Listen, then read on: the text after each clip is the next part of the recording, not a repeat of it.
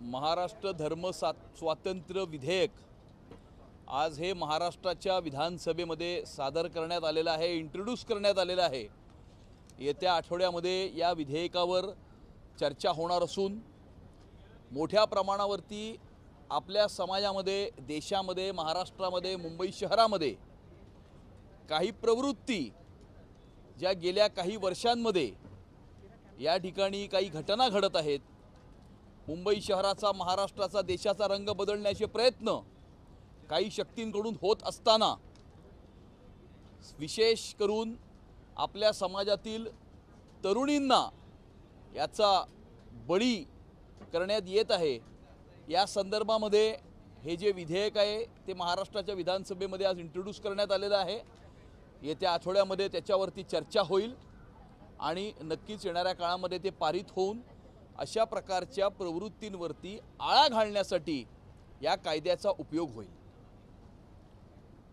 हिंदी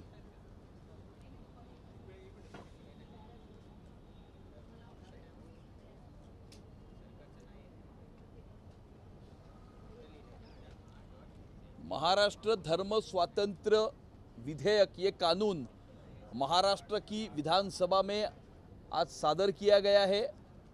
पिछले कुछ वर्षों में मुंबई में, महाराष्ट्र में, देश में, अपने समाज में इस प्रकार की कुछ प्रवृत्तियां जो जन्म ले चुकी है।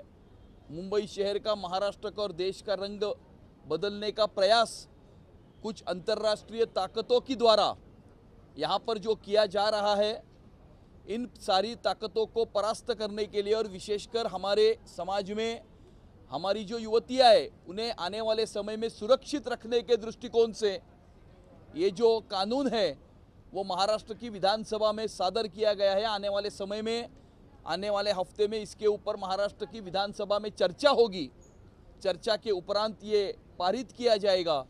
हमें ये पूरा विश्वास है कि ये नया कानून जो है वो इस प्रकार की सारी जो बेकानूनी जो काम चलते हैं, कन्वर्जेंस के जो काम चलते हैं, उन्हें कहीं न कहीं रोकने में ये कानून जो है ये यशस्वी होगा।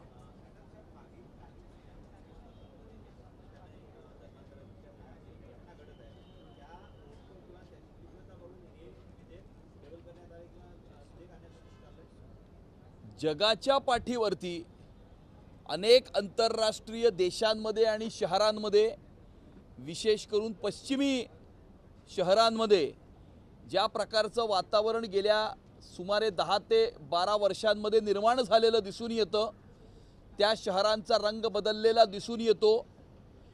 काही सेपरेटिस्ट, फंडामेंटलिस्ट, रॅडिकल एलिमेंट्सनी त्या शहराचा ताबा घेतलेला दिसून येतो आणि त्यामुळे अनेक शहरांमध्ये अशा प्रकारच्या घटना घडलेल्या आहेत।